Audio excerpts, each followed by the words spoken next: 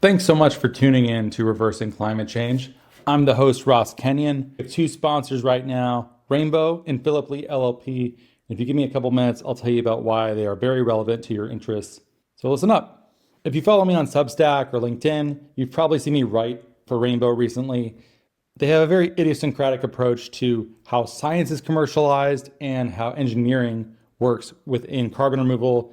And I really like working with them. I've learned a lot from the people there. They're very smart, thoughtful people, and they're aiming to be the most developer-centric registry out there. What's cool about Rainbow is how seriously they take field engineering experience. They aren't there just to write a bunch of detached rules about how things should work in the abstract and then let project developers figure it out. No, they are very serious about field engineering, about how operations actually work in the real world, and they take a rigorous yet philosophical approach.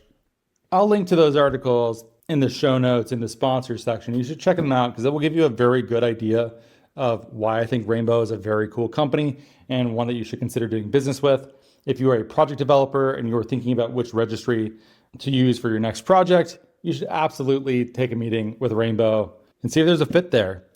One thing to keep in mind that is often very important to the project developers that I've interviewed as a result of my work with Rainbow, doing customer discovery work, and just trying to wrap my head around the opportunities that they're seeing is how fast their certification process is. They typically quote around 3 months to issue carbon credits, which is very short. It goes by lickety-split for registries. So if you're a project developer, you're looking for a registry to use to certify and issue your carbon credits, take a look at Rainbow. Link is in the show notes. Thanks so much for listening. And I'd also love to tell you about Philip Lee LLP. I really like doing shows about the law. I think the law is such a fascinating part of our shared social life. It structures so much of it. It's badly understood by most people. And just structuring deals within carbon removal is hard. I'm talking grown-up deals here. Like when you're trying to put together an enormous package, complicated structuring, a lot of money changing hands, the stakes are high. You really do need a good lawyer. I'm sorry to tell you that if you are a startup out there in carbon removal, you're going to probably pay a fair amount of money to lawyers. There's just no way around it. Your choice is basically, do you get a bad lawyer or a good lawyer? One really cool thing I can say on Philip Lee LLP's behalf, well, one, Ryan Covington and I did a very fun show about how basically no one except for an elite few really know what bankability and project finance even mean. And he lays it out very clearly. If you'd like to go listen to that show, it's awesome and it's linked in the show notes. And also we end up talking about Ernest Hemingway a fair amount too. So it keeps with the tradition of reversing climate change. One also really cool thing is that they just won Environmental Finance's VCM Law Firm of the Year. They've won it 3 years in a row, 2023, 2024, and 2025. It's the only award for legal teams operating in the VCM, and they have offices in the US, Europe, and the UK.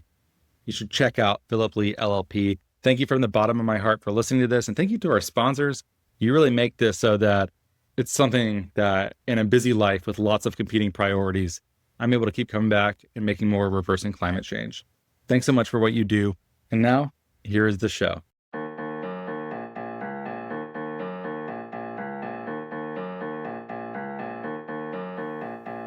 Hey, welcome to the Reversing Climate Change podcast. I'm the host of the show, Ross Kenyon. I'm a longtime carbon removal and climate tech entrepreneur. Today I have with me Lev Gantly, who is an attorney at Philip Lee LLP, one of the show's sponsors. If you are looking for counsel within carbon markets, carbon removal, climate tech, any of the above, you should consider Philip Lee LLP. Lev's expertise here in CORSIA, its history, Article 6, all of the various ins and outs of international climate policy, as well as what's happening at the national level. I want to ask Lev about what is happening in the world of climate policy, what kind of trajectory that we're on. Last week's show, I made the case for why I am not feeling especially optimistic about the overall direction of policy with regard to climate and carbon removal. And you'll hear some of those same themes echoed today. But Lev also has a lot of experience in thinking through the nuts and bolts of law with regard to international climate policy. I'll leave it to Lev to go further than that. Thanks so much for listening and hope you enjoy the show. Lev, since we started talking, the world has changed quite a bit. So where should we even start with climate policy? What should we even talk about today? Yeah, I mean, a lot has changed. Um, we obviously have quite a number of conflicts, and I think one of the probably one of the things that I'm most disappointed by, although perhaps not surprised, is how quickly the various tensions, not at least in part imposed by the current US administration, have spilled over into Europe, for example, and how all of a sudden we have brave, quote unquote, politicians in certain member states, taking what I think others would consider fairly aggressive measures in the name of competitiveness in the current geopolitical climate. To have almighty cracks at, flagship pillars of the EU's climate policy.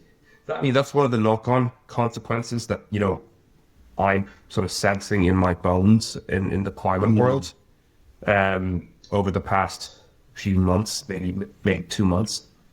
But it does feel a little limiting to talk about climate generally in light of what's going on. And, I'm not alarmist or extremist in my views. I just sort of try to read the news. I feel a civic duty to keep up to date with what's going on. But it is obviously concerning. Yeah. I don't know. How do you feel, Ross?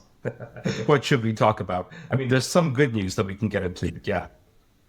Yeah, I think we should try to take an accurate pulse of world climate politics. I think the canonical view right now, as I understand it, and I hear this most commonly from people who want it to be true, and I desperately hope that they are correct about it, that even though the U.S. has pulled out of Paris, the UNFCCC, the IMO deal didn't happen because of the U.S., various things that we were all hoping for that would solidify carbon removal demand are no longer arriving, or arriving in the same kinds of ways, are being carried on in places like Japan, Germany, the EU broadly, the UK. And while I think that's true, I think, one, the world is distracted by geopolitics and war, and there's a lot of different things happening with regard to like Hungary and Ukraine and the aid package to Ukraine. And there's also right-wing populists who are electorally ascendant. There's also the Japanese prime ministry, and the changes of the composition of their parliament has shifted pretty far right, to the extent that I wonder how durable CDR politics will be in Japan. I'm also watching things like what's happening in Germany and with AFD gaining ground. And you just know that when Europe is projecting low targeted growth rates, and you're spending a lot of money on climate or things that feel altruistically like supporting Ukraine, that's a recipe, I think, for right-wing populism to grow. And I think right now, I would not bet on CBAM remaining very strong in Europe. I'm not necessarily holding my breath on the ETS with regard to carbon removal. And I hate that I'm saying all of these things because they're all terrible news for us. But I also don't think that we can look away in the same way that if you have cancer or something like that, you should probably understand what the true probabilities that you're facing are. And I hate playing this role, and it's not fun for me. So how much of it is me being paranoid, and how much of this do you think is something that you're very concerned with? I think you're right to be worried, and I do. Some nights I go to bed worried about those things. Other nights I go to bed and I think about, the other side. And I think there is some sense left in the universe, and I tend to keep myself on that side of the equilibrium as much as I can, because otherwise the job's hard enough as it is. Right. But I mean, just to sort of focus or maybe zoom in on some of the things that you mentioned. I mean, you mentioned Germany and the right-wing populist party there. I mean, I wouldn't even go that far. I would say, Friedrich Merz only a few weeks ago, I think, green industry conference, I think it was called, something along those lines, in Europe, was one of the sort of big voices to have had a go at the emissions trading system, effectively. And I'm paraphrasing it now, I don't have the quote, but effectively saying something along the lines of, if this is no longer fit for purpose within the current cost competitiveness landscape that we're in, we might need to re-engineer this policy or look at something else completely. He pared back on that a couple of days later because he was challenged on it.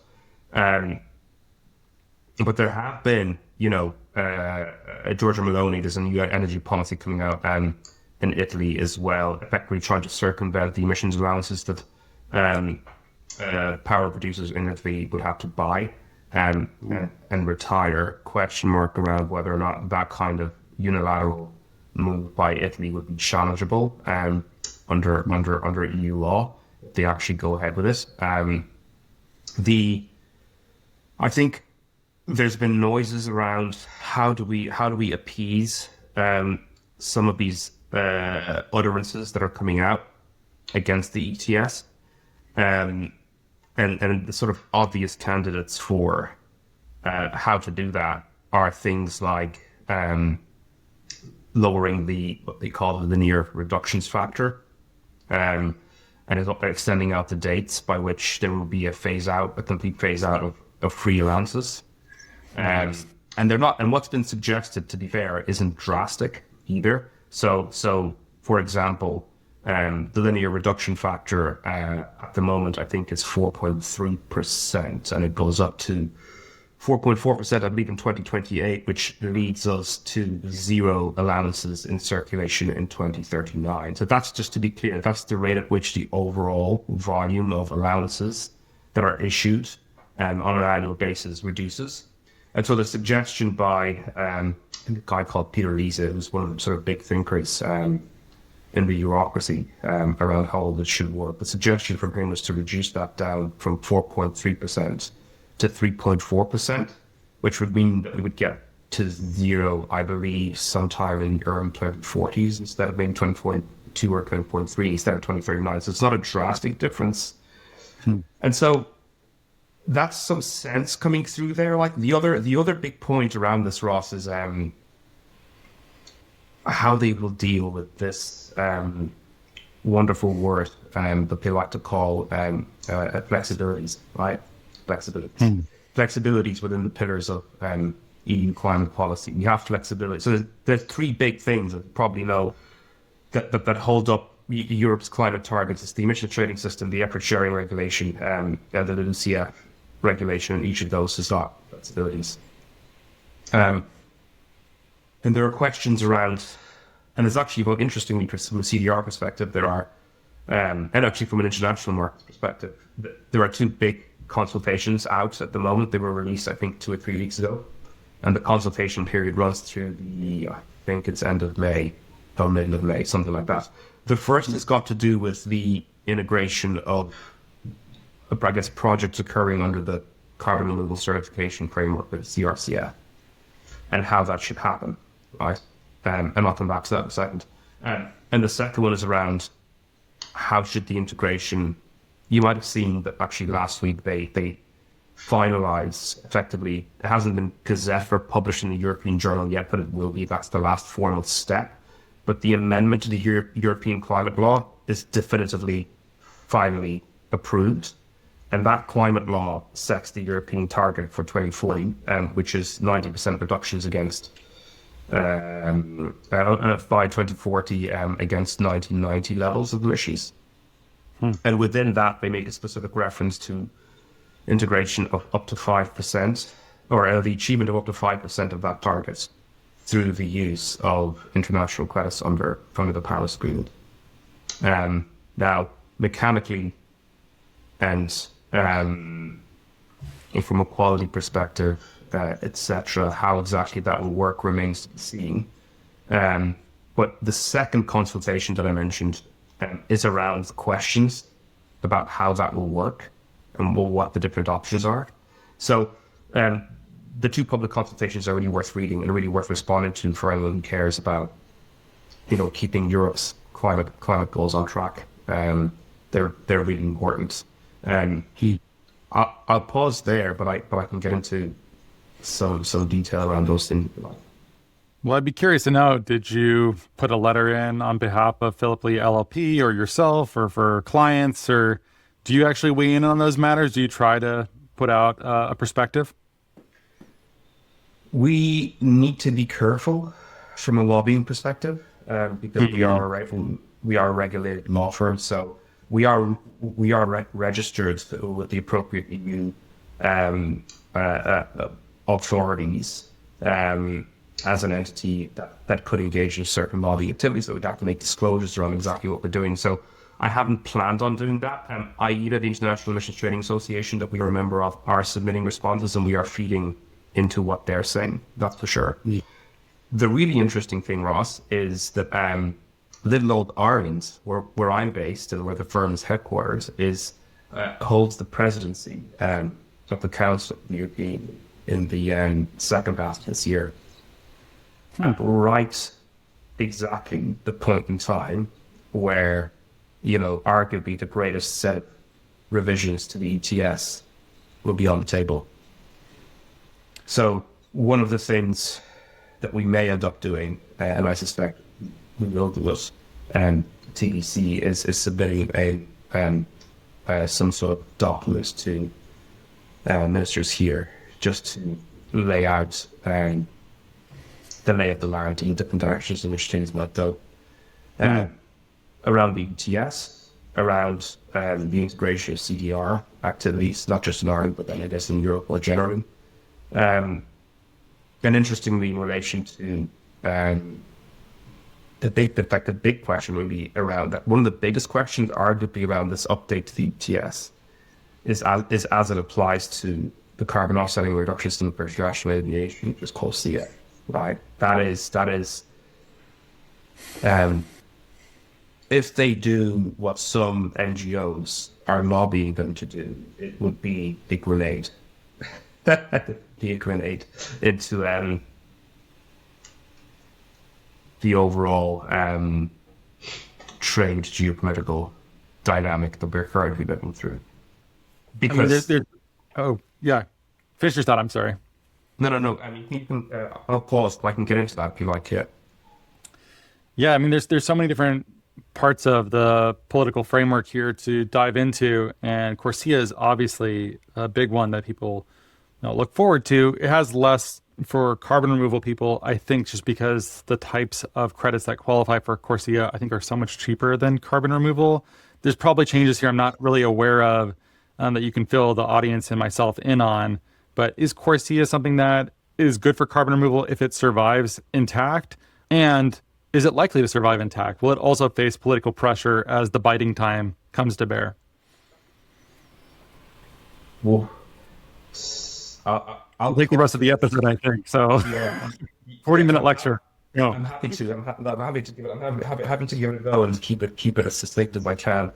I think let's just answer the question of CORSIA and what's happening first, and then we can get into relevance of it all for carbon removal and I guess the audience of your show. It's what's just a little backtrack a little bit. Why do we have CORSIA? Why do we have this scheme for emissions in international airspace?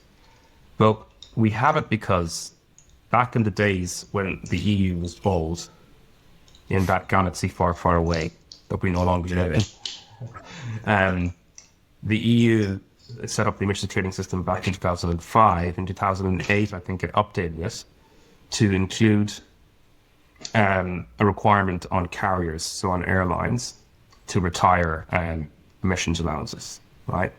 And initially that was sort of included for intra-EEA, so European Economic Area flights. They then announced that they were going to actually immediately at the same time extend it to international aviation, right? So flights coming in and out of the European Union would be liable to buy and retire emissions allowances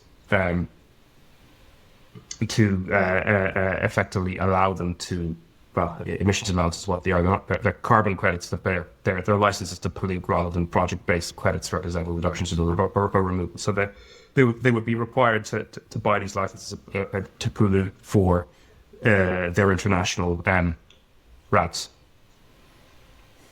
As soon as that happened, and back then the UK was, again in that galaxy far, far away, was part of the EU. And the UK was brought to court. I believe it was by the UK government was brought to court for basically implementing the CORSIA regulation into domestic UK law, and there was a court case taken by, I believe, Airlines for America or the prior iteration of Airlines for America and related groups, suing the UK government for effectively applying EU law extraterritorially, right? So for applying European law to things that occur effectively in international airspace over which no one really has jurisdiction. The UK court, the High Court, appealed it to the European Court of Justice. And I believe a couple of years later, 2 or 3 years later, the European Court of Justice ruled to say, well, actually, no, we disagree. We think that this is a valid application of European law for all these reasons. But there was a pretty negative reaction. So I think the Chinese carriers cancelled several, I think over $10 billion worth of orders from Airbus in retaliation. And the Obama administration, I think this was in 2010, 2011, the Obama administration passed the, what was it called now? The ETS Prohibition Act, right? So basically prohibiting US carriers from complying with this. At which point the Europeans said, okay, we've won the case, but we'll play good global citizens here, and we'll let ICAO, the International Civil Aviation Organization, come up with this multilateral scheme that creates a level playing field for all the airlines around the world that operate on routes across international airspace. So then in 2016, you had a General Assembly, the ICAO General Assembly, which introduced CORSIA, and then you've had a pretty lame duck pilot phase, which ran from 2019 to 2021, so right through COVID. And we're currently going through what we call CP1, so CORSIA Phase 1, which covers, the pilot phase I think was from 2019 to 2022. So CP1 covers 2023, 2024, 25 emissions, and 2026. So we're still in CP1, and it's a voluntary phase. It's still a voluntary phase. But it's only voluntary to the extent that contracting states, ICAO, zoom out for a second, ICAO is a creature of the Chicago Convention. The Chicago Convention deals with all manner of things to do with international aviation, from safety to ability to land and dock at certain airports, etc., to environmental matters like CORSIA. So, and then most nations around the world are parties to the Chicago Convention, otherwise they wouldn't be able to operate aircraft. So where we are with this now is we've got about 120 plus contracting states to the Chicago Convention that have opted in to voluntary participation in this CORSIA Phase 1. And the last year that needs to be monitored is this year, 2026. And then the date for retirement of CORSIA eligible emissions units is January 2028. So about 18 months from now. Next year, 2027, is actually start of CP2, CORSIA Phase 2, which is mandatory. So all contractual states have to comply with CORSIA at that point. What's really interesting about all of this, just mechanically, so you have this like UN scheme called CORSIA. In the background, you have this EU law that sought to apply the ETS to international aviation. But effectively, there's a small rule change in the regulation that stopped the clock, right, on the application of the European ETS. And then they deferred or pushed back the assessment of how CORSIA is going twice already, right? So they revisited that. They extended the stop the clock 2 times. And so the point in time at which the effectiveness of CORSIA, as far as the EU is concerned, must be definitively and conclusively reviewed by the EU, is this June. So the Commission, under the 2023 update to regulation, I think the Commission has to produce a report to the Council and the Parliament, effectively explaining how effective it thinks the CORSIA is. By looking at two particular points, I think the points are, if I remember them correctly, that participation is at least by not less than 70% of contracting states, or covers at least, or not less than 70% of overall volume of international flights, something like that. And the second one is that the CORSIA has been strengthened to be in line with Paris Agreement goals. And then it says, depending on how this report turns out, the Commission's proposal will be accompanied by a piece of, amending regulation, which will do one of two things. It will either say, right, we're stopping to stop the clock. We've had enough of this. It's not working. Right? We've waited 10 years now. Well, we wanted to apply the ETS. You told us no. We let CORSIA go. Been waiting. It ain't working. Yeah. Or they say, actually, this is working quite well. It's, creating a level playing field. There's a common cost for emissions in international airspace that all the airlines around the world subscribe to. They're all paying the same amount. They don't have to deal with a confusing patchwork of approaches depending on where they fly to. The uniform price, the rules that apply to the credits are all the same because the UN ICAO sets those rules. And we quite like it. We think we need to give this time to breathe. Or they'll adopt some sort of a hybrid approach, which I can get into. But all of this is very interesting because, again, this assessment this June, after such a long time and kicking the can down the road in relation to stop the clock, is obviously coming at a point in time where, less than 12 months ago, the US put an embargo effectively on the IMO discussions. We're seeing what the current administration is doing on climate policy generally. We see what the spillover effects that we talked about in relation to the overall sentiment in relation to the ETS in Europe. But the CORSIA is something that US airlines pushed for, right? They pushed for that. It really kind of happened because of US airlines. So it will be really interesting to see what Europe does now, because historically they didn't really want it. They wanted to apply. And there's certainly plenty of lobby groups out there and NGOs and whatnot saying, no, this doesn't work. Credits are low quality. There's not enough of them. Low integrity. Not enough states are participating. Not enough states have transposed CORSIA into their domestic laws. The penalties are uncertain, right? All these things are out there. So, we might just to close it out, and we can get into the CDR aspects of this and let you ask any questions. I mean, my own view on this, for what it's worth, is that I think it would be crazy at this point for the EU to. I just think it is an arbitrary point in time to look at CORSIA, because it's still effectively in the middle of what is a voluntary phase. And CORSIA relies on Article 6 of the Paris Agreement to a large degree. And Article 6 of the Paris Agreement was only concluded a year and a half ago or so in Baku. And it's just now, in the last 12 months, really, that host countries that host these projects are getting to grips with how Article 6 is supposed to work. So we're just now starting to see supply of credits come online. So it's just a terrible time for the EU to make a decision around this. And also, I think, telling the best of the airlines, that ferry people around the world that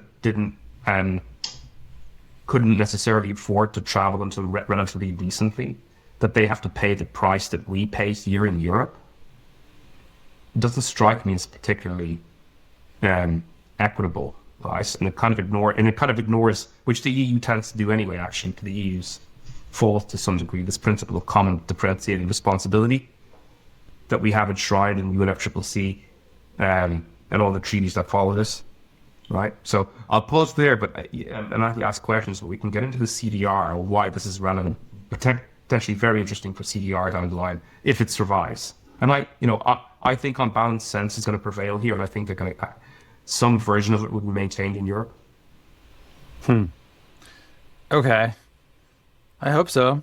It would be good if we didn't, although I am also spooked by seeing things like the national rally is predicted to maybe win like a major French election. Like that's sort of like being set up and predicted right now. And I don't know, it's a tough spot because I don't want to avoid standing up for the climate, but also there are ways of doing it that potentially antagonize a stressed Europe that is having to commit much more of its GDP every year to defending itself and no longer thinking that the US is trustworthy with regard to NATO. And they also have to spend on climate stuff on top of that. And like I mentioned earlier, the growth rates are pretty small for Europe this year. And they're probably much smaller now, given what's happening with oil prices. So that being the case, I feel like climate politics are a little bit of a loser electorally unless they're framed in the right kinds of ways. To what degree CORSIA catches the national attention as something to rail against rather than the ETS, which I imagine in Europe is probably more well known on like a household basis than CORSIA, which is like a more specialized, obscure kind of thing, I think. Feel free to comment on that if you'd like. But assuming that it does survive, tell me about the CDR's potential to interact. That one good point. Like on competency, and I'll respond to that. Like the other thing that the Europeans need to be mindful of is the reaction of their own airlines, like Air Lingus, Air France, KLM, etc. Mm-hmm. And so the reason why this is really interesting as well is because this is the first year. 2026 is the first year. So up until the middle of last year, I believe, there was significant portions of the, I think pretty much all, I think they started to phase them out last year. So I'm talking about free allowances for the aviation sector, right? So they had free allowances for the aviation sector under the ETS up until last year, right? When they phased out, I think 50%. So then there was auctioning for 50% for airlines. This year is the first year when there's no free allowances. Wow. No more free allowances. So European airlines, by April 2027, will have to have purchased and retired emissions allowances for their full exposure for the first time. That is going to be expensive. Hence, that is going to weigh heavily on their balance sheets, I suspect. Let's just say, if Europe is to turn around and say, yeah, guys, in addition to that, going to have to pay the same price for international emissions, you can anticipate what kind of reaction that is going to be from the CEOs, the CFOs from European carriers. I'm not even worried that much about them. I'm worried about the gilets jaunes, Well, that's it. But this is the point, Mark. It's exactly, but two things are completely related because the only thing that's going to happen is that they're going to be passed through to the consumer, right? And all of a sudden, you're not going to be able to go and visit your cousins in Austria, if you're in France, or wherever they might be. It's going to be a lot more expensive, conceivably, over the next 2, 3, 4, 5, 6 years. Right, CDR and CORSIA. I think I'll try and keep this simple. The challenge with unlocking supply of credits into CORSIA is linked with the challenges in implementing Article 6 of the Paris Agreement at host country level, right? So in order to determine if you as a country can authorize the export of carbon for use by someone else, including an airline under CORSIA, you have to have determined a few things. Those things include that your NDC, your nationally determined contribution that you submitted to the UN, is sufficiently ambitious, but that you have headroom left within how you design that NDC to export tons from a mitigation activity, from a project class that fits within a particular sector right, for which you have, for example, made expressly clear, you're going to seek external finance for that might include carbon finance, and that is how you're going to meet your NDC, right? You have to have headroom to export the tons, because when you export the tons, you can't count them towards your NDC, right? And what's interesting about CDR is that CDR sits, as far as I'm aware, tell me if I'm wrong, and I haven't seen any NDC, and having read reports about this, I'm not aware of any NDC that has any reference within the NDC targets. The country is going to include any element of CDR within the current NDC cycle. Now, they have this separate thing in addition to NDCs called long-term goals under the Paris Agreement, which stretches 10, 15, 20 years. I think there's some references to carbon capture and sequestration in those, but those are not the same as NDC target. They're supposed to help guide the design of future NDC targets. So for all intents and purposes, things like biochar, headstock weathering, DAX and DAX, they are not currently within Global South country targets, right? And so therefore, because they're currently outside those targets, it should be a no-brainer that countries could authorize and export those tons freely, because they do not and cannot jeopardize the achievement of an NDC target because they don't form part of that target, right? The problem with CORSIA at the moment is that it kind of married Article 6 too much. You should have married it 70% of the way or 80% of the way, right? The Article 6 rules, the way they were written, they basically say you as the host country, once you've authorized the mitigation activity, you have to correspondingly adjust your emissions balance in your national inventory accounting, apply and arithmetically add the tons to your emissions balance, irrespective of whether the authorized activity is inside or outside of the NDC. The reason that rule book does that is because it's supposed to ensure fair, principled, and balanced application of corresponding adjustments between two countries. It's supposed to prevent double counting as between two national greenhouse gas inventories, right? CORSIA, the land of international airspace, is not a national greenhouse gas inventory. And CORSIA is solving for a different problem, and that problem is double claim. Claiming between an airline, claiming between a country, is not the same as counting between two national greenhouse gas inventories. And so the point, therefore, goes like this. If an airline is buying the biochar credits from Kenya, for example, and using that for CORSIA, and biochar sits outside of Kenya's NEC, why should Kenya have to authorize this, right, and export it and apply corresponding adjustments? Because it's not in the NDC target, right? And it's not double counting between two greenhouse gas inventories, because one of them is just a claim by an airline for emissions in international airspace, right? So this has come up in conversations increasingly frequently, because there is a fear that because of this pressure at host country level around jeopardization of NDCs through overselling and over-export tons, how do we make sure that there's enough supply going into CORSIA? Think about this, Ross, like that. For phase 2, I think for phase 1, CP1, 3-year period, 24, 25, and 26, I think overall demand is somewhere between 120 to 220 billion tons, something like that. CP2, which runs from 2027 through to 2035, there's hundreds of millions of tons of demand, right? Could we scale? And for as long as CDR remains outside of NDC targets, which I suspect it will for a long time in the future, because those activities are expensive, they really need carbon project developers to come in and do them. They're not things that countries have really planned to do. They're not the same as reducing emissions in your waste sector, for example. They will probably stay outside of NDC targets. Could we scale CDR in the Global South if we created a demand pool through CORSIA?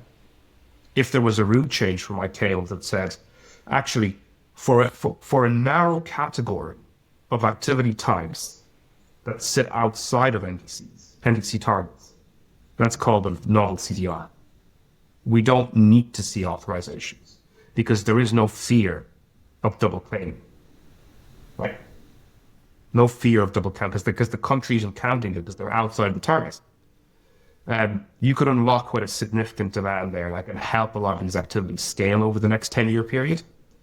And it's something like we have been trying to push that narrative with the folks that we're speaking to, and what we've been told, including by, relevant people in the right rooms, that it's a great point, and the points need to be pushed at the ICAO General Assemblies by member states. That the only way, because the TAB, Technical Advisory Board, they're the people that assess and kind of make all these rules, right, around what counts and what doesn't, and what you have to do, what you need authorization and whatnot.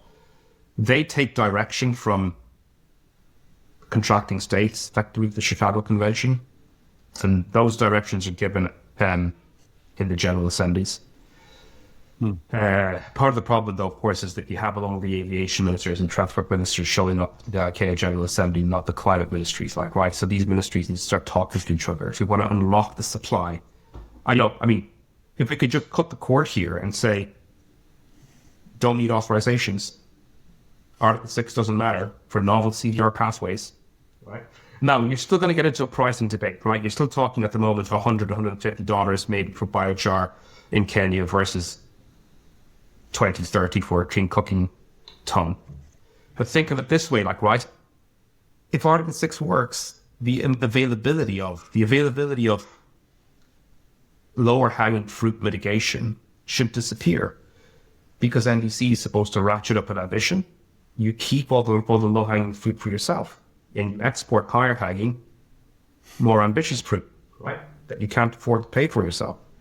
Makes sense. So if the whole thing starts to work as it was intended, we could create a lot of demand. It could get very interesting. Obviously, isometric have been approved for CORSIA, and I think some of the other CDR focused standards have just recently, in the last week or two, or are about to, maybe this week, there's a window for application for to be an approved program for CORSIA Phase 2 that is open right now. Maybe it's closing this week.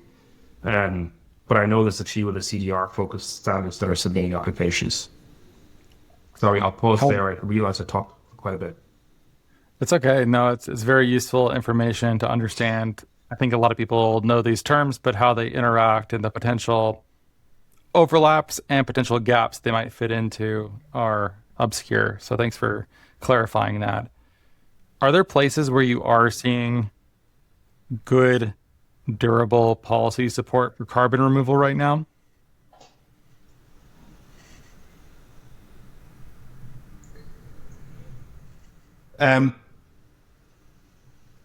Not in the global south, I would say. Not in the global south. I'm just not seeing it. Doesn't mean that it's not happening. I mean, one interesting thing, Ross, that is happening, and I'll come back to carbon removal in just a second, because we are starting to see interesting things, even in places like Ireland, they're starting on carbon removal. But one of the positive things is it's kind of unfortunate, because at a point in time where we've had the Article 6 negotiations conclude 18 months ago, a lot of host countries are really ramping up their readiness. So policy support, just not for CDR, but for other types of mitigation activities and renewable energy and clean cooking and whatnot. They're putting in place some pretty sophisticated, climate laws and carbon market frameworks all across the board. Sub-Saharan Africa, Central Asia. We work with local lawyers to understand what these laws are as we advise our clients, and we are always pleasantly surprised to see some of the detail and the work that goes into creating those frameworks. It is unfortunate that at the moment we don't see specific references to CDR activities, but I suspect it's a matter of time probably before we do. In terms of CDR landscape, Europe, things seem to be happening. The reports coming out of Spain and Germany obviously has had a budget announced to commit to CDR activities. In Ireland, we've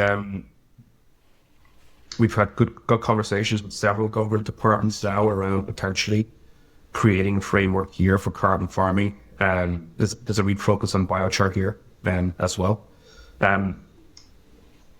There's the you might have heard of it, the EU CDR Buyers Club that is in formation.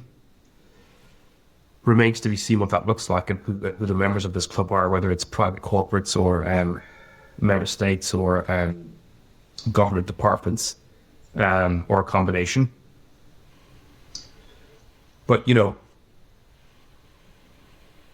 what's your take on what makes a good CDR policy? Right now, I'm looking for policies that are likely to survive changes in polity.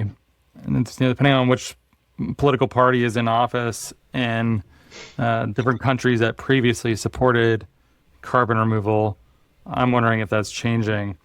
Like there's two parts of it. One are places like, Canada has historically been supportive of carbon removal, and Mark Carney seemingly is personally supportive of growing carbon removal.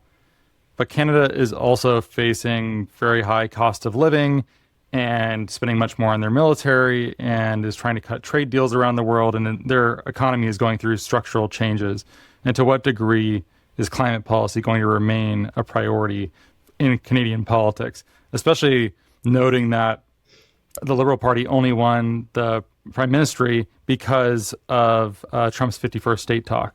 And without that, Poilievre would have won, and the Conservatives would have been in power. It's like Canadian carbon removal commitments do not seem super durable to me for that reason right now. But there's also things just like, even if you wanted to do it, the politics may not be supportive of it given changes in military spending, cost of living, like much more pressing, like there's a pothole on my street kind of issues that politicians need to worry about, and worrying about things 20 or 30 years in the future for temperate climates like Europe might be a harder sell on a population that is concerned about their grocery bills going up or their heating costs going up.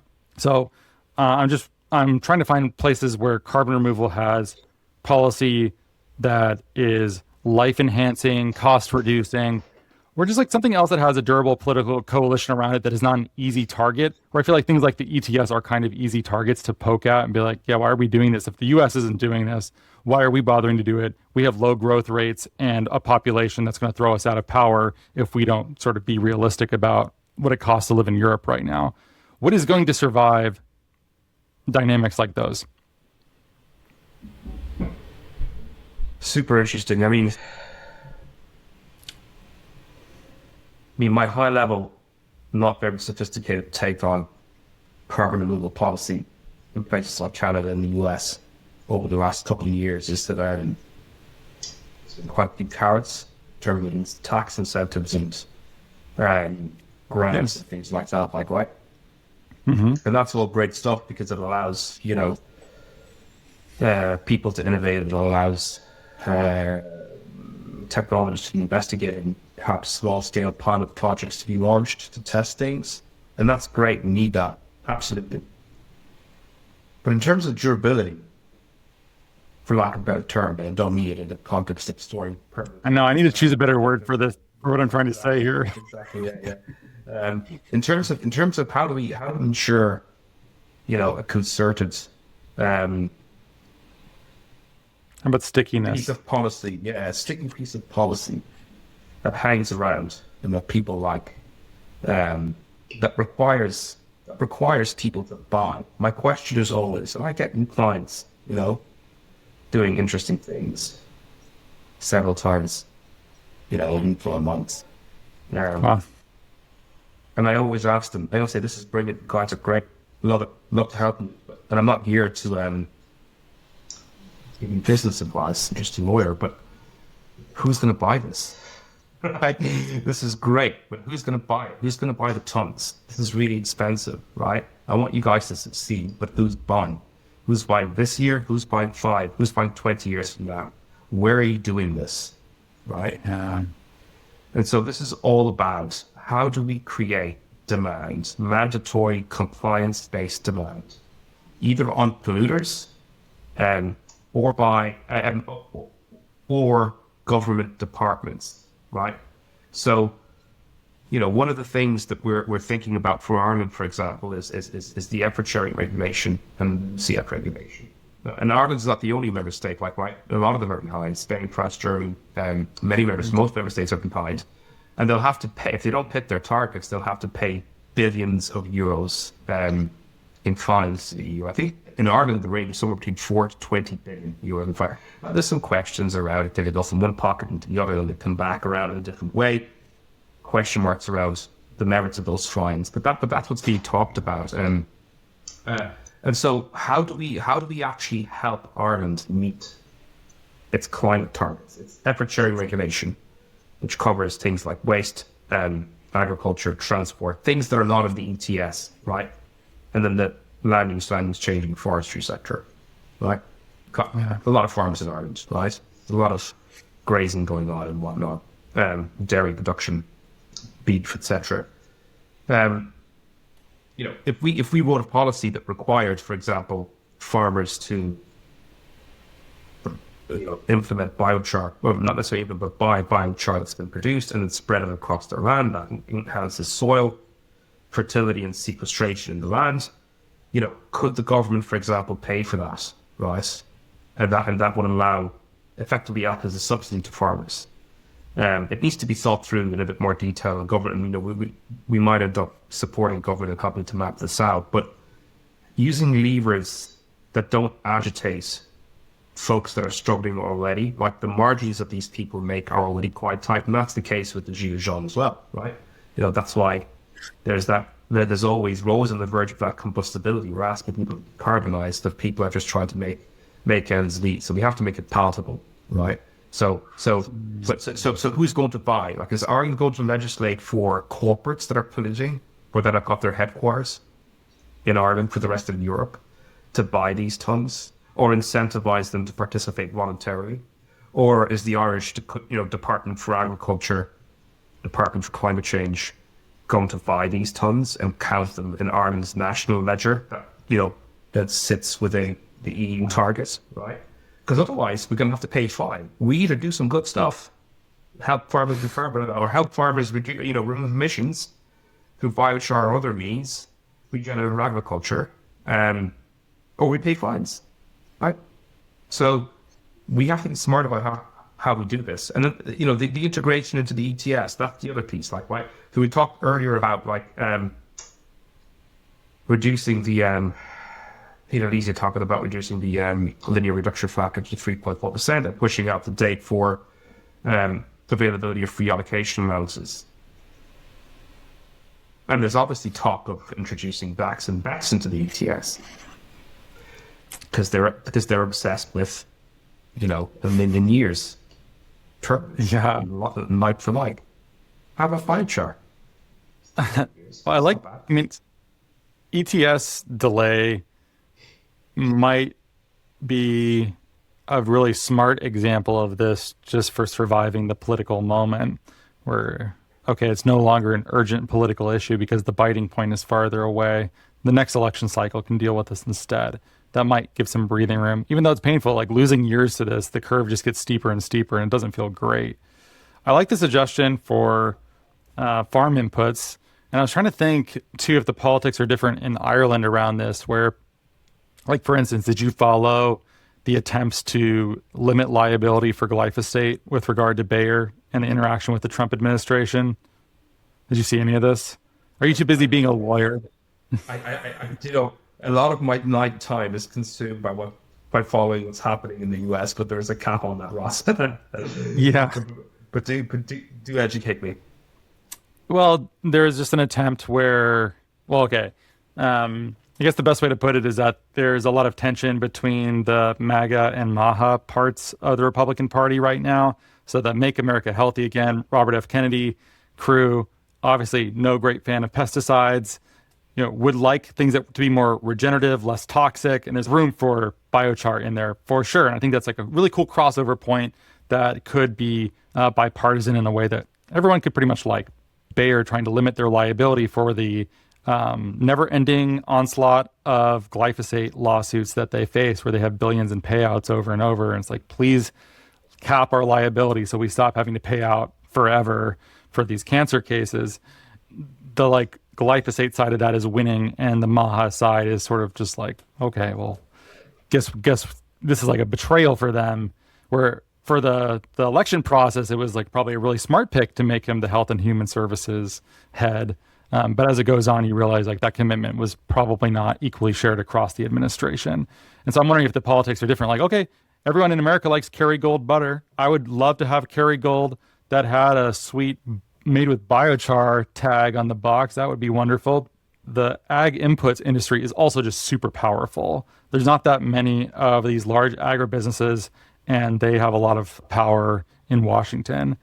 And I wonder if the politics are different in Ireland, such that a more regenerative farming model might not face the same amount of uphill battle. That being said, one small caveat is that agribusiness is trying to figure out how to incorporate some of these changes, as they're noticing in some cases that synthetic fertilizers have diminishing returns and cannot be applied forever without causing other harm to soil, and that consumers in some cases do want to switch.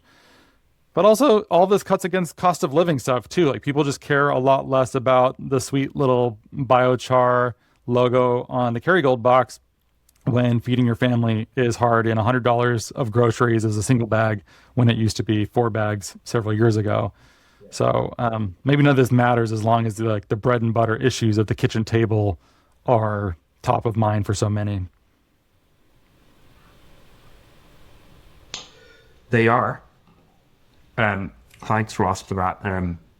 They are, but I can't help but think and go back to this point, when you say things like, bread and butter issues being top of mind and making sure the kitchen table has got food on it being obviously core priority for pretty much everyone.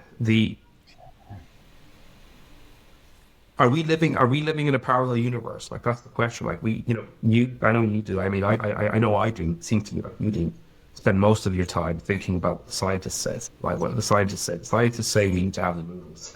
We need to have a lot of removals. We need to have removals to the tune of the fossil fuel industry, effectively, like, right, in terms of the size and the scale that we need to get to. Yeah. And that's to bring us down from when we overshoot. Right, so on the assumption that we are going to overshoot, which is what we're dealing with, I think. This is to come back down. How do we bridge this gap between where most folks feel, what most folks rightly feel is important, to what people, in the CDR community, in the climate community, what stresses us out, what keeps us awake at night? Like, how do we bridge that gap? It's a pretty colossal gap, isn't it? I struggle with that. Like, I really, really do. And there can't be enough, like-minded, right-minded, maybe left side of politicians. Let me ask you this question: like, if you had your pick, and I don't know what you think of Mr. Newsom, in terms of 2020, 2028, but let's say he did commit, he's obviously responsible for some fairly interesting policies in California, but he's a backer of the cap and trade there. What would you, in a world, just fantasize for a second, like, in a world where he comes in, what kind of policies, what would you like to see US do on a global stage? But also domestically, right, or at that federal level, right? That's an interesting, because like it or not, the US is such a big tone setter for what happens, right, to the rest of the world, which is what we see, like the spillover that we mentioned at the start into EU politics, like, and that, like, I find myself thinking about that quite regularly, and I can't personally. I'll let you talk in a second. I can't put my finger on if a Newsom or someone else like that comes in. What does it look like in 2028, 29, 30? I think the format of this question is fascinating because I haven't even thought that far ahead. The news cycle has been so much quicker and more immediately oriented. As far as people are thinking ahead, I think it's more towards the midterms later this year. And Yeah, I mean, I keep seeing people talking about a Newsom presidential candidacy, but he's also a highly polarizing figure. You know, much of the country hates him, like hates his guts a lot. People blame him for the state of cities like San Francisco and things like that. And he said things about trans athletes that were supportive, that like a lot of the country finds that to be like a super important issue to them. And he's taken some stands that are pretty courageous in that way. We've also seen people do pretty well that are, like, for instance, the Mamdani win in New York is something that people look to. Like, Democrats at the national level, during the primaries, they talk left, but they govern from the center. And then the general election, they also run from the center relative to the primary, because most of the country doesn't like friendliness with socialism. That sort of imagery and rhetoric turns a lot of the country off. And so even when you do have people who make it that far, there's not that many of them. Like Bernie Sanders is in the Senate, but it's Vermont, so that kind of makes sense. The other member, like the members of the squad, are in the House, and the House oftentimes has more radical politics of right and left. That's just like part of how that process works. It's like, even if Governor Newsom was able to make it to the White House, I'm also curious how much he would be able to do. Of the political capital that you bring into the White House, are you able to quickly rejoin Paris and the UNFCCC and restart some of these things? Or are there things in place legally that have already been decided at the Supreme Court level or legislatively that makes this really hard to just dive back into? And it's also possible this causes a revolt in the opposite direction as well. So like, even if the Democrats took the presidency and were still running off of they had a good midterm showing, and maybe they control the House, maybe they do or don't control the Senate, but it's probably pretty even still.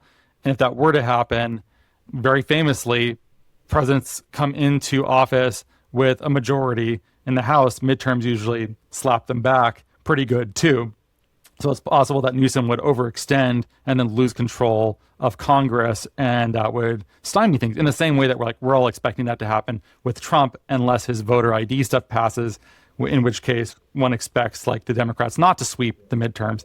This is my own super long explanation.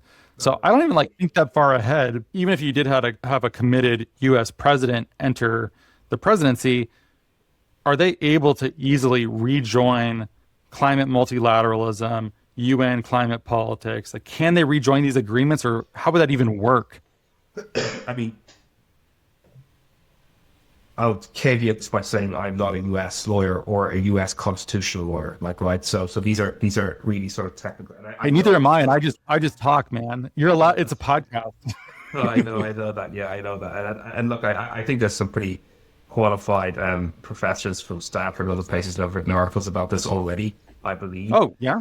And I think there are some news to suggest that because he sort of executive orders that's his way out of UNFCCC, that it doesn't need another congressional approval to come back in. The next president to just executive order back in.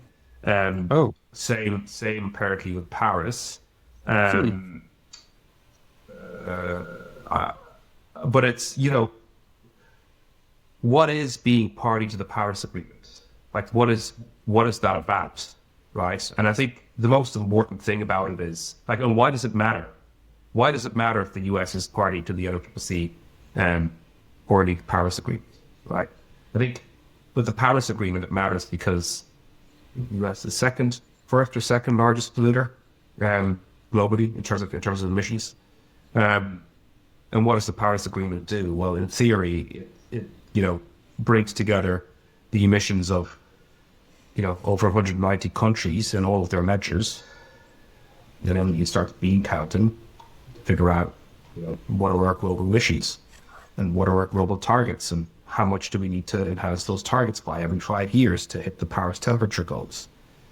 And right now, there's a big gaping hole, right, in the Paris Agreement target of 1.5 degrees. How could you try to meet that target when the biggest emitter is no longer counting the beans, right? So, I think that's the first problem. Knowing what the plan is for the US, and the US is actually playing ball. From a carbon markets and from a CDR perspective, that's a slightly more granular conversation, but I'm happy to get into. Yeah. We'll be interested to see. But just like on a macro level, it's really important to have everyone's accounts. You can't work out where we are without having the accounts. Right? I this this let me, can I jump in on this one point specifically, Sure. and then I'll Sure. this one point is the thing that I'm always thinking about when people are saying like look to the rest of the world, their climate politics are still going, and I'm concerned by that. For part of that might just be inertia, and it's going to continue on for a while, and then we'll see what happens, and maybe it rolls back. But the U.S. not being a part of this, the game theory of it spooks me very badly, because we're probably not going to achieve climate targets without U.S. participation.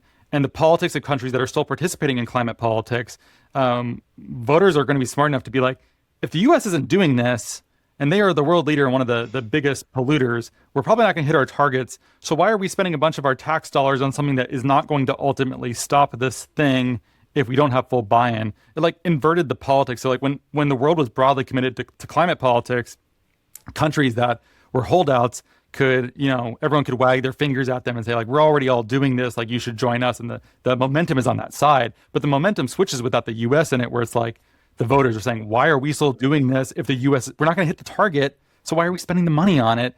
And that part really scares. And what you just said, I feel like people don't like to acknowledge that or don't talk about how much U.S. leadership matters, because it's easy to hate on the U.S. for, being a world leader, and it has like that Team America kind of effect to it. I get it.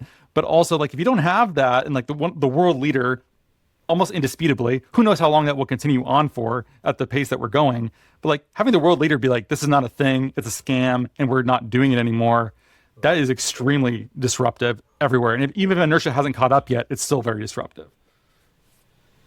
Yeah. Yeah, Ross, I'm taking you away from your core. Yeah, I'm sorry. I took you away from your core point, though. You want to keep going, so I'm sorry about that. No, it's fine. Let's go down this little route for a minute. Like, okay, go ahead. Yeah, I am. What? Just to dovetail into what you said, what breaks my heart just a little bit is all the work that we're doing in the global south jurisdictions on, all manner of projects that the purpose of which is to basically service basic human needs, right? Like clean cooking and access to clean water, right? A lot of these countries, as I mentioned, like the Paris rulebook for carbon markets and carbon projects, it's a baby. It closed 18 months ago. And it's really only in the last 18 months that countries have started to write these really interesting, elegant pieces of regulation framework to say to the world, hey, we're here, we're ready for carbon finance, we're ready for UNFCCC, come sort out our clean cooking problem for us, because, there's still, I don't know what the exact number is, I think the IEA says something like 1.2 billion people still cook on open fires, right? Wow. In 2026, maybe more. I think that's the conservative. And these activities are they're still quite expensive to implement at the scale that's needed. Finance is needed for that, which is why a lot of them form part of the conditional parts of NDCs, and so therefore they are, at least to some degree, exportable from a carbon finance perspective. So what I find quite upsetting is that we're just at this point in time where these host countries are ready to engage with global carbon markets. Through Article also through CBAM, it's a slightly different conversation, but Article 6 project activity types, many of them have got carbon market frameworks, as I mentioned, Sub-Saharan Latin America as well. Where's the buying power? Where's the buying? Who's going to pay for this? Right? Well, there's CORSIA, sure. Then there's, you've got Norway's reducing its hardest stop area, Switzerland, time country, Singapore, time country, Japan have got, bought ends built up through their joint implementation records. They kind of do bilateral agreements. We were hoping for big buying countries to come in and buy these tons, right, and have them transferred to help buying countries meet their targets. But with the US drop, not participating in Article 6, just not being in Paris, it just sends what that message that we talked about and the influence of that on other global north players. They bother helping folks in the global south. They can't be bothered doing their own thing in the global north. And Maybe they'll have the counter. Maybe I'm wrong here, Ross. Maybe they'll have the counter effect. Maybe they'll say, yeah, US is out. Maybe we won't. Maybe we don't want to spend €100, €200, €300 per ton based on the marginal cost of abatement in a particular sector. Maybe it's actually better for us to buy from the global south. 5% in Europe isn't a lot. 5% is not a lot, right? Maybe they'll ramp it up. Maybe they'll change it again. I don't know. But look, the point here is that the US does tend to set not all of the tone, but certainly a good degree of the tone for overall sentiment on the climate. I do think 2028 Ross. I'm not in the US. I'm also keeping an eye on sentiment around the midterms, of course, but I do try to look forward to figure out what happens after he's gone. He whose name should not be said is gone. Assuming he's gone. Lev, thank you for joining me for the impossible task of, one, explaining CORSIA and its history, super hard, speculating on the possible roads for carbon removal to enter CORSIA, and then also just grimly looking into the state of world politics as pertains to climate and so much else. Thank you for going on this wild, multifaceted ride with me. It's been fun. Thanks, Ross. Thanks for having me.